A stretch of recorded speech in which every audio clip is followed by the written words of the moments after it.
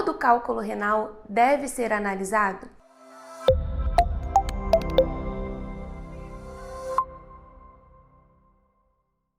Então, essa pergunta geralmente surge quando a cirurgia termina, o urologista vai ao encontro do paciente com um potinho e nesse potinho existem fragmentos do cálculo que foi eliminado na cirurgia.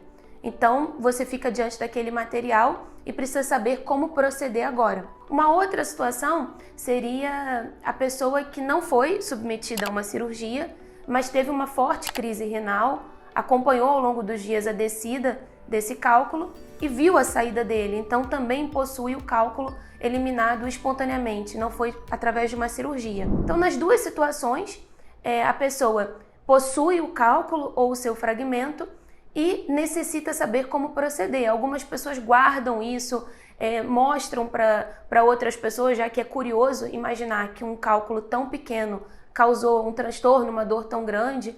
Outros jogam fora imediatamente porque não querem mais pensar sobre o que aconteceu, não querem olhar, não querem lembrar disso. Mas isso não é bom, porque é justamente através desse material que você pode entender qual o composto está ali, né? Quais os cristais estão presentes ali que causaram o seu problema. E só sabendo o que causou, você pode devidamente combater. Então, sim, todos os cálculos renais devem ser analisados quando essa informação está ali, está disponível, ou cirurgicamente ou espontaneamente, a eliminação que ocorreu. Então, sim, todos devem ser analisados. Mas os fragmentos, será que vale a pena? Às vezes a gente recebe ligações aqui, a pessoa está em dúvida se o fragmento pode ser analisado, se vai ajudar a analisar o fragmento para ela ter um entendimento sobre a condição que está causando. Qual o tamanho de fragmento permite a análise? Então, hoje, a tecnologia já avançou, fragmentos a partir de 1 milímetro podem ser analisados. Então, as pessoas, mesmo aquelas que possuem o cálculo fragmentado, se beneficiam dessa informação, porque essa informação traz bastante conhecimento sobre o que está acontecendo. Então, vale a pena analisar tanto o cálculo quando ele está inteiro, quanto o seu fragmento. E como que deve ser feita essa análise? Antigamente era feito de outra forma. O cálculo ou mesmo o fragmento ele era amassado e colocado diante de alguns reagentes químicos e dizia sim ou não para algumas substâncias.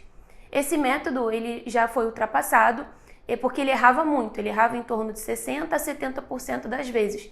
Não era capaz de diagnosticar compostos quando tinham misturas, quando tinha mais de um cristal. E falhava muito, mesmo quando era um composto só. Então esse método ele foi abandonado. E hoje os cálculos devem ser analisados, mas devem ser analisados por cristalografia, que é a análise cristalográfica. Então nessa imagem que vocês vão ver agora, vocês vão ver que o cálculo, a gente consegue dar um zoom bem grande sobre a estrutura dele. Vocês vão ver todas as espículas, a maneira como os cristais se acumularam. E cada um desses cristais que estão aí, dessas espículas, deve ser encaminhado ainda para um outro equipamento para fazer uma análise com o auxílio do infravermelho, para ter ainda assim uma confirmação ainda mais segura do que está acontecendo.